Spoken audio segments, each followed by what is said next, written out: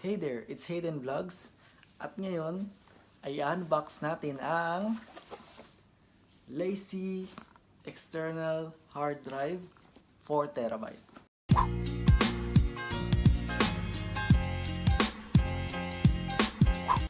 Itong box na to ay in-order ko through online Apple Store. It took me around 2 days bago siya ma-ship sa akin. Buksan natin. Gamit ang cutter.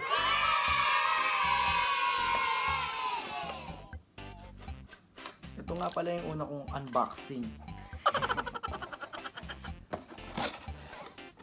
So, nasa loob ay ang Porsche design or Porsche design. LaCie. Yung iba ang tawag dito ay LaCie or LaCie. So, ito siya. Ang 4TB na USB-C from LaCie. So, buksan natin. So, ito yung harap, yung gilid, kabilang gilid, Porsche design, at yung likod. Ang taas, yung back.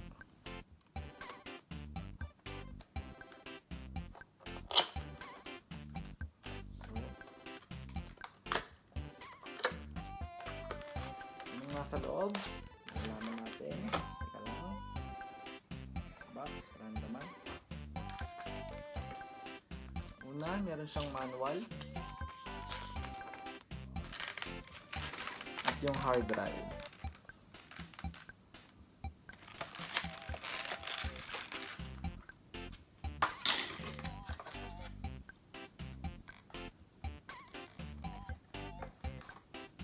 Wow. Yung hard drive. Mabigat. Kasi bigat ng iPhone ko. USB-C. At yung isa pang nasa box ay USB-C to USB-A connector. At saka USB-C to USB-C connector. So, yun lang yung nasa loob ng box niya. Tatry natin to, tapos i-update ko kayo kung maganda ba siya o hindi. And then, kung maganda siya, i-recommend ko. Kung hindi ko siya i-recommend. Pero so far, maganda siya. Tingnan nyo. Makintab yung edge niya.